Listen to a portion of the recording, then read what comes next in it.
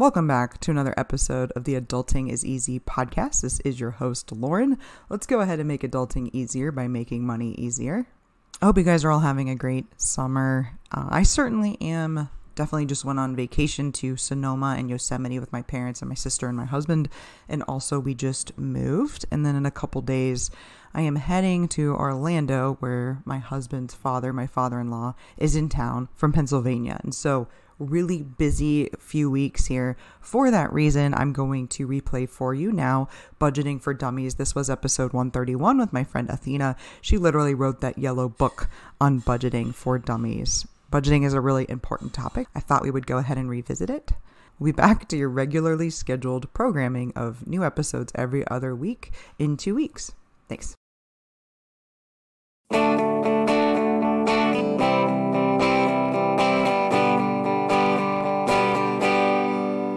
Hi there, and thanks for listening to the Adulting is Easy podcast, where we make adulting easier by making money easier. This is your host, Lauren. I'm joined today by Athena Valentine-Lent, a finance columnist for Slate and author of Budgeting for Dummies, published by Wiley in May 2023.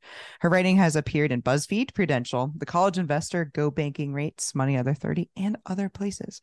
Her personal finance blog, Money Smart Latina, won the Plutus Award for Best Personal Finance Content for Underserved Communities in 2020 and was named Blog of the Year in 2022.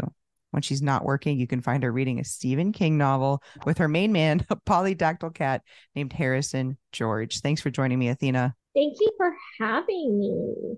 Our goal for today, as always, is to make adulting easier for listeners by discussing a personal finance topic, since managing money is a big part of adulting. So today, Athena, we're going to talk about budgets. But first, I want to know, how did you get into writing about personal finance? Yay, budget. Probably no one probably ever says that, but I'm like, yay, budget. I got into writing about personal finance about I'm pretty old now. Let's say 15 years ago. I don't want to say I was bad with money, but I just really lacked knowledge about money management. And I had no one really to teach me growing up about it. And so it was like trying to figure out how to keep myself accountable. And then I stumbled along like personal finance blogs. And then I was like, oh, I could do this. And the only personal finance blog that's still around is Ravanchi.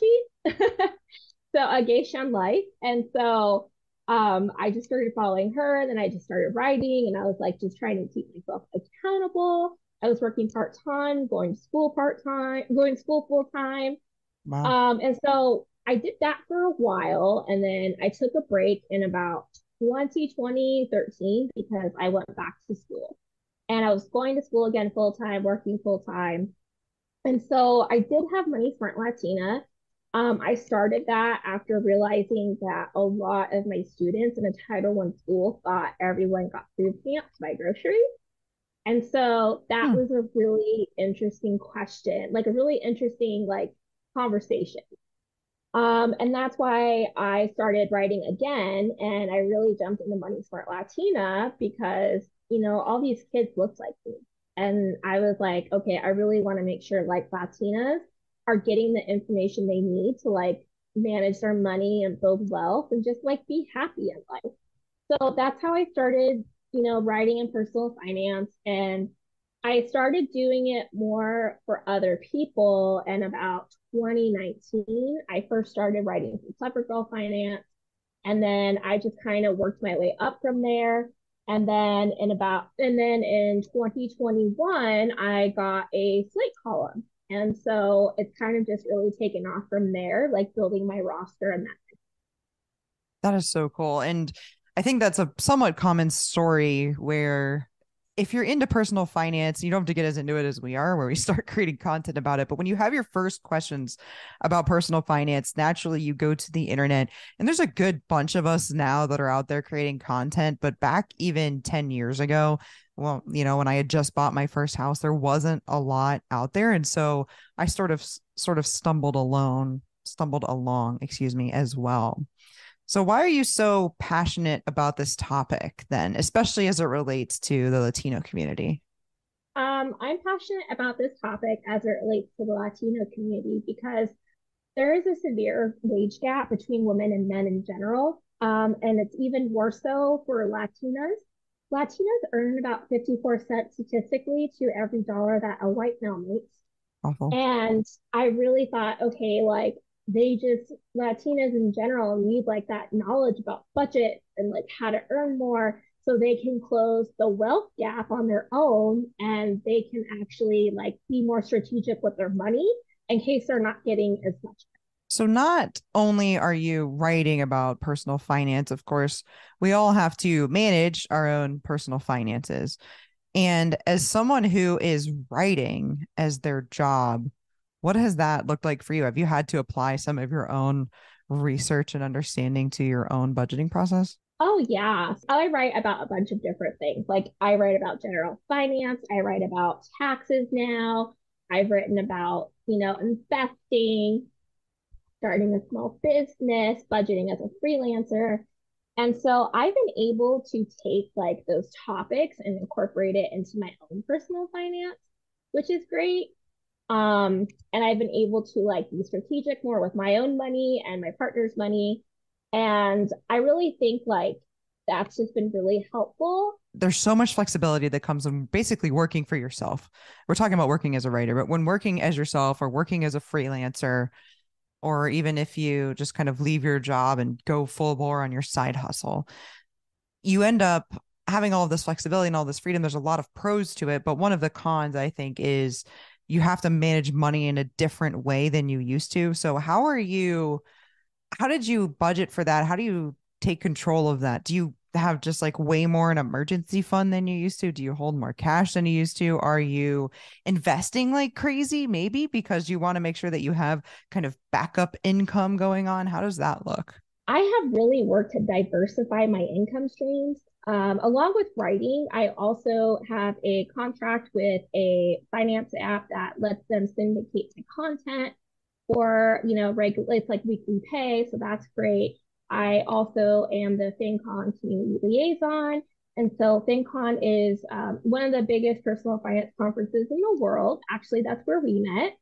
And I am the community liaison. And so I'm in charge of all things people facing. And so that's something else I do. And then you're right, I have started investing and I have started investing more. And I just kind of, I'm not like cashing in my dividends yet because I think it is a little still too early, but it's just really great knowing that like I have that money set aside. And then I also opened an investment account to help me pay for my wedding next year. So, and then I still do like, I'll never say no to money within reason. And so, oops, kind of lost on with that. Anyways, um, I'll still do things like dog sit if I'm for my friends, or I'll still like, babysit, or if they're just like, hey, will you, do this like, can you like help me with my resume? I'll pay you like 30, $40. I'm like, sure. So, that's kind of what I do as well. Like, I don't, I am a firm believer that there's opportunity everywhere. You just kind of have to look for it. And so, because I believe that and I have that opportunity mindset, I think that it's a lot easier for me to just pick up more income streams. I'm so glad you said that. I talk about abundance mindset a lot. We used to talk about it on Wealth Wednesdays all the time, our Twitter spaces.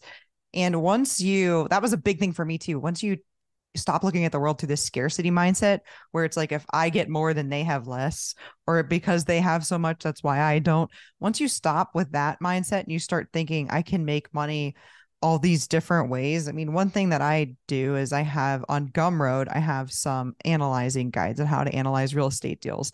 And every day I sell maybe like one of those. It's not a ton of money, but it's like a couple $100 a month. And I put, I think, 10 hours into creating them. And that's pretty cool to be able to get that, kind of recurring. So that is so true. And with the internet and just with networking and all of these types of things, social media, obviously, we can meet all of these different people, diversify our income streams, and not rely on one person to pay us. Because that's the thing. Somebody told me this one time. And it's where if you have your company and your company's paying you, you're getting paid by one company. If you work for yourself, you can have multiple income streams. You're getting income from all these different places. If something happens to one of those, you're still good. And I think that is really important to remember. I learned that lesson the hard way. When I was writing my book last year, I cut way back on like clients. Like I was only writing if I felt like it was a really good opportunity. I couldn't pass up. So stuff like working with BuzzFeed and Prudential, like I totally took those opportunities. And then so I was like, okay, I have a couple like gigs flowing. And then, in January, like my hours got cut back for one of my gigs. And I was like, oh my gosh, like this is the stuff that freelancers don't talk about. And I had like relied on that income source. So I literally had to like sit and like start randomly pitching a bunch of people. But that's something that I have learned is that I need to have multiple clients just for that part of my income alone. But I'm like, okay, I have to make sure I have multiple clients. I'm diversifying not only my income streams, but also my portfolio and that kind of thing. So that's also really important. Yeah. And the book you're talking about is the one we mentioned in the bio, which is Budgeting for Dummies. So you wrote a For Dummies book, which is absolutely incredible. And it's about budgeting. Did you have any thoughts as you were writing that? Any aha moments? Are there any budgets that you sort of like more than the others? If you could just kind of talk generally about, kind of what's in there for the listeners. Yeah, of course. So Budgeting for Dummies is part of the For Dummies series. So it's one of those yellow and black books that you see around like everywhere. And so hopefully you now see mine everywhere as well. And so it's just kind of like it's an overview about budget, right? So the first part is the overview. So I talk about why you should have a budget. I talk about your expenses and your income. And then I go over the four main types of budgeting methods that most people use and that financial experts, including myself, recommend.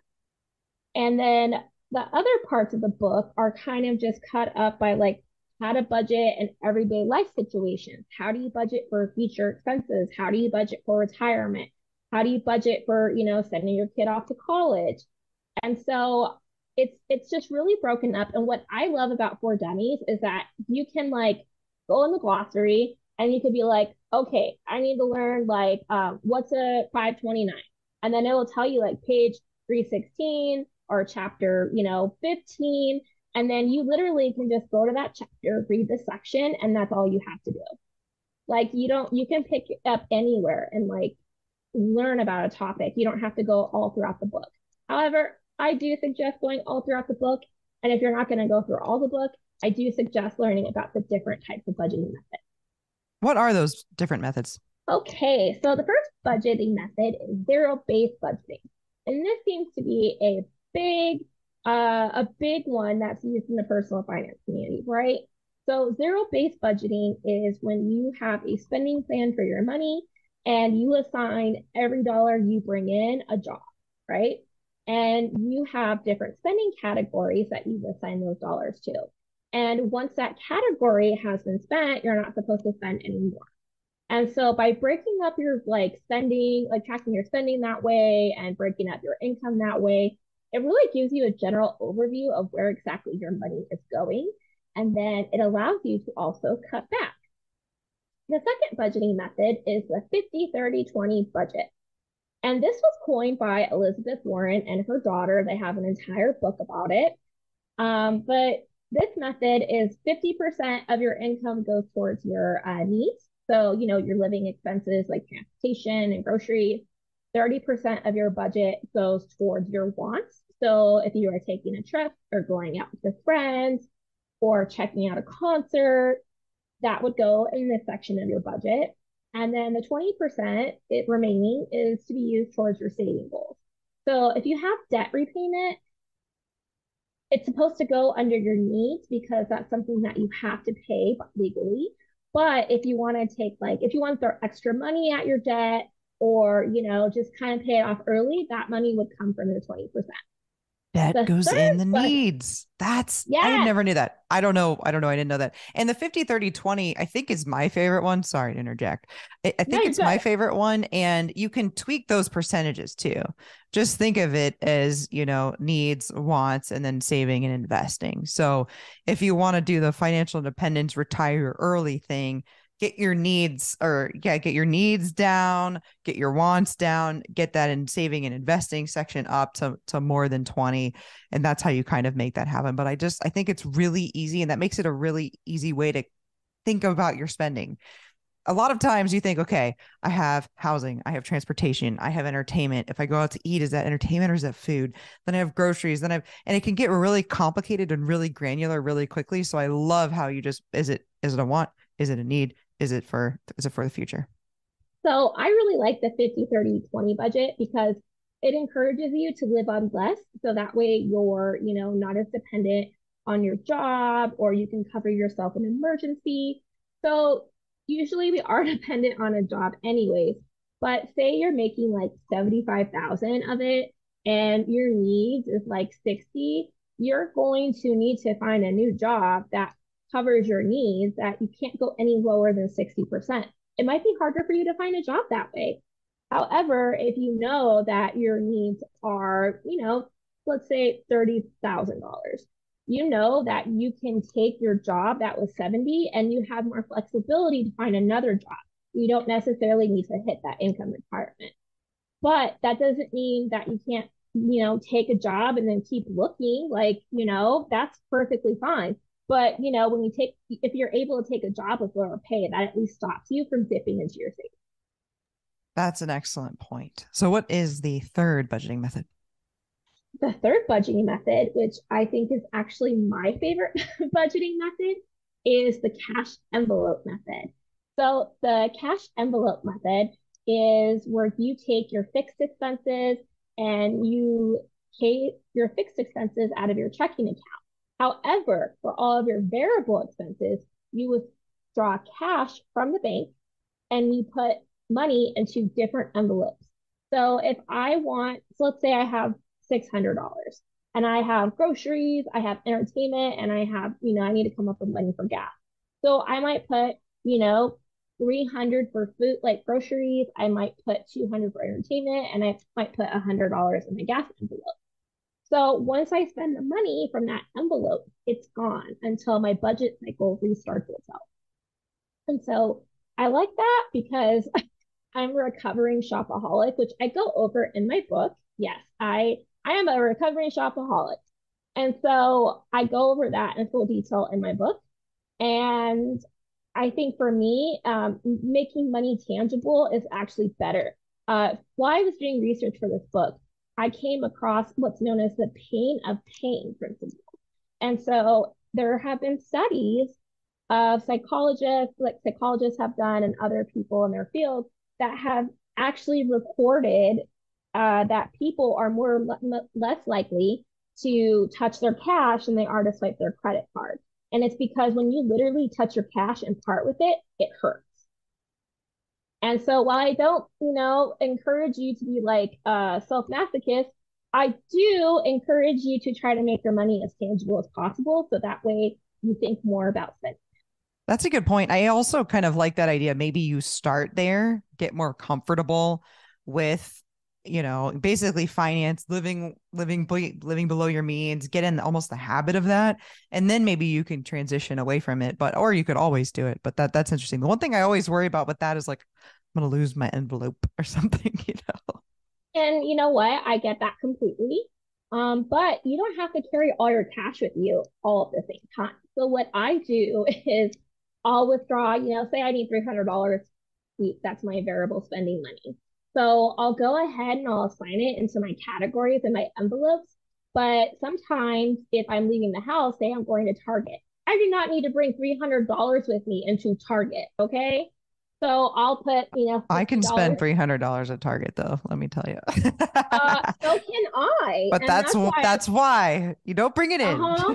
Yep. And yeah, and I'm not even gonna go into it. Like I have a Target like red card where I get 5% off and all these coupons. But anyways, I'll take, $50 and put it into whatever envelope I'm gonna be spending money on, and I'll just take that envelope and I won't take the rest of my cash. If something happens and I need to spend money, I still have my debit card or my credit card, but I don't need to be carrying around hundreds of dollars of cash on me at all times. Good point. Thank you for sharing that. Yeah, of course. And then the final budgeting method I want to talk about is called the pay your self first budget. And so a lot of people do this and they're not realizing that it's actually a budgeting method. And, the past few months, I've had a lot of people argue with me about it. And I'm like, yeah, well, it's still considered a budgeting method. So there.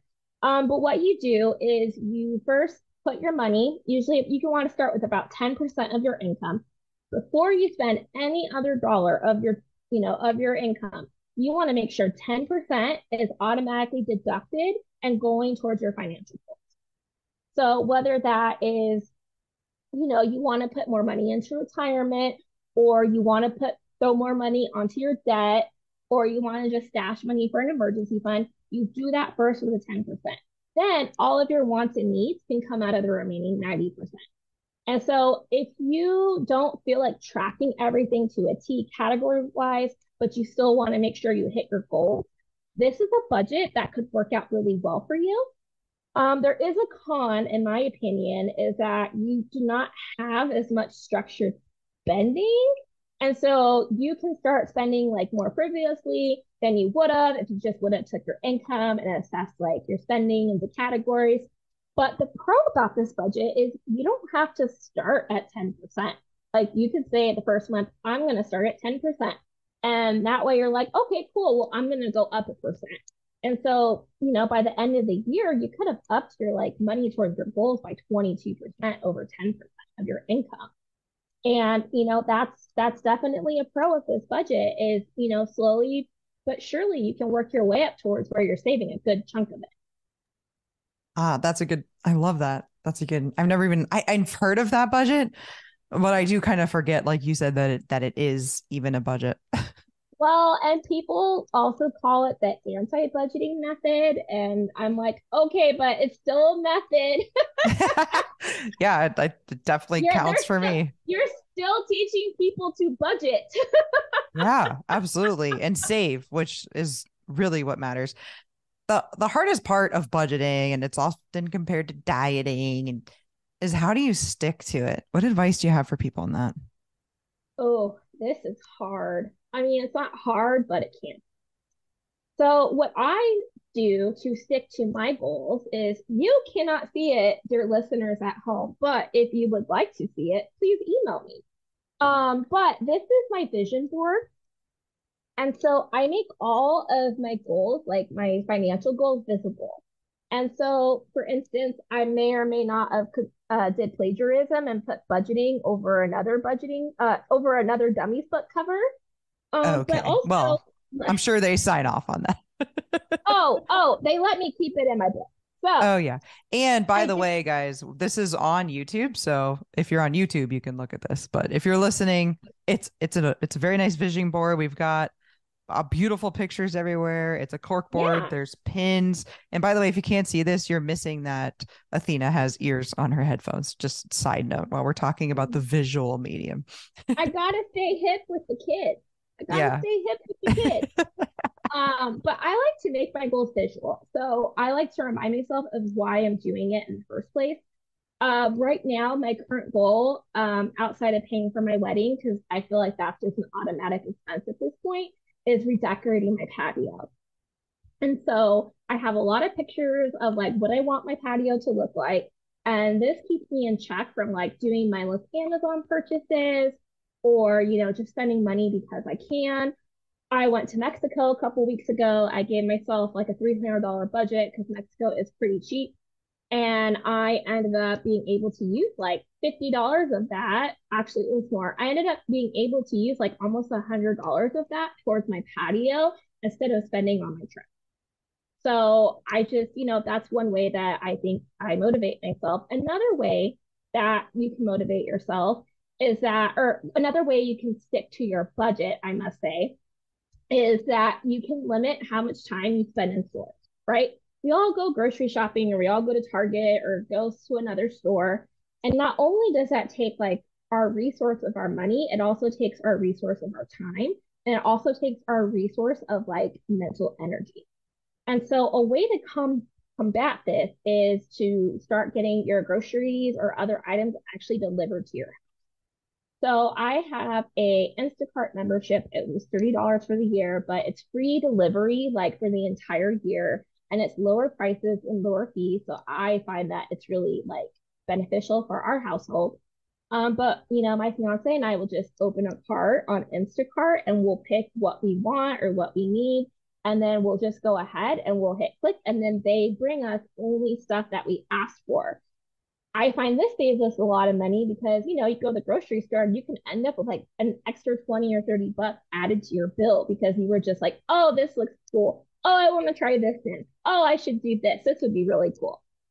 Um, and another thing that I've started to do to stick to my budget, like I said, along with having stuff delivered, is I make sure that I am, utilizing whatever I can, like cashback apps, that kind of thing. That's been a way I've stuck to my budget. And then also, I find that having a accountability partner is also a great way to stick to your budget. And so you don't have to go over the exact numbers with people, but I have a friend, Mariah Chase, and I always like run my budget by her, and I bounce off for like, do I really need this? Do I really need this? If you don't have someone that you feel comfortable with bouncing, your income and checking account balance with, you can always go to a money forum. They allow you to be anonymous, which is great. And then you yourself can also be your own cheerleader, like make a spreadsheet, go on Canva and do graphs so you can see how far your progress has come. Again, it's much easier to stay motivated when it's actually visible or something tangible. Those were awesome tips. And you had the vision board right there and everything. I love it. Is there anything else you want to add, Athena, before we wrap up? I just think that everyone should at least try to have a budget in place. I think that budgeting is actually part of the foundation that you build other personal finance accomplishments off of. So if you don't know where your money is going, it's going to be harder for you to like pay for a house or, pay for tuition. It's going to be harder to do all these other things that require money if you don't know where your money is going. And so people might say, no, budgeting's lame or whatever. It's just I can't cut it anyways. You actually can take charge of your money. And when you take charge of your money, so many things like open up to you and you're just really empowered because you finally realize that stuff is attainable for you. You just have to make sure you have that core foundation in place. Very well said. Well, how can people get in touch with you? Well, I'm open to fans of all ages, so come say hi. I'm usually on Twitter a lot. My Twitter handle is at according Athena. I have my Instagram, which is Money Smart Latina. And if you're feeling really brave, go ahead and write a question into my Slate Pay Dirt column. You just go to slate.com/paydirt and you will find a way for you to submit a question. And feel free to mention that you heard me on this podcast. But you can go ahead and submit a question and I can answer it and it can be juicy. So, I mean, if you're ready for it, I can lay down some hard facts. That's great. Okay, I'll put all of that in the show notes, and you can follow me, guys, on Twitter at Adulting is Easy. Like this is on YouTube, like I said, also at Adulting is Easy, on Instagram at Adulting is Easy Real, and you can email me at realadultingiseasy@gmail.com. If you really like this episode, you'll also like episode 144 with Janice from Yo Quiero Dinero called "You Should Have Multiple Streams of Income," and episode 56 with J Rod called "Simple Financial Advice." Thanks for listening, everybody. Hopefully, Athena and I have made adulting a little easier for you.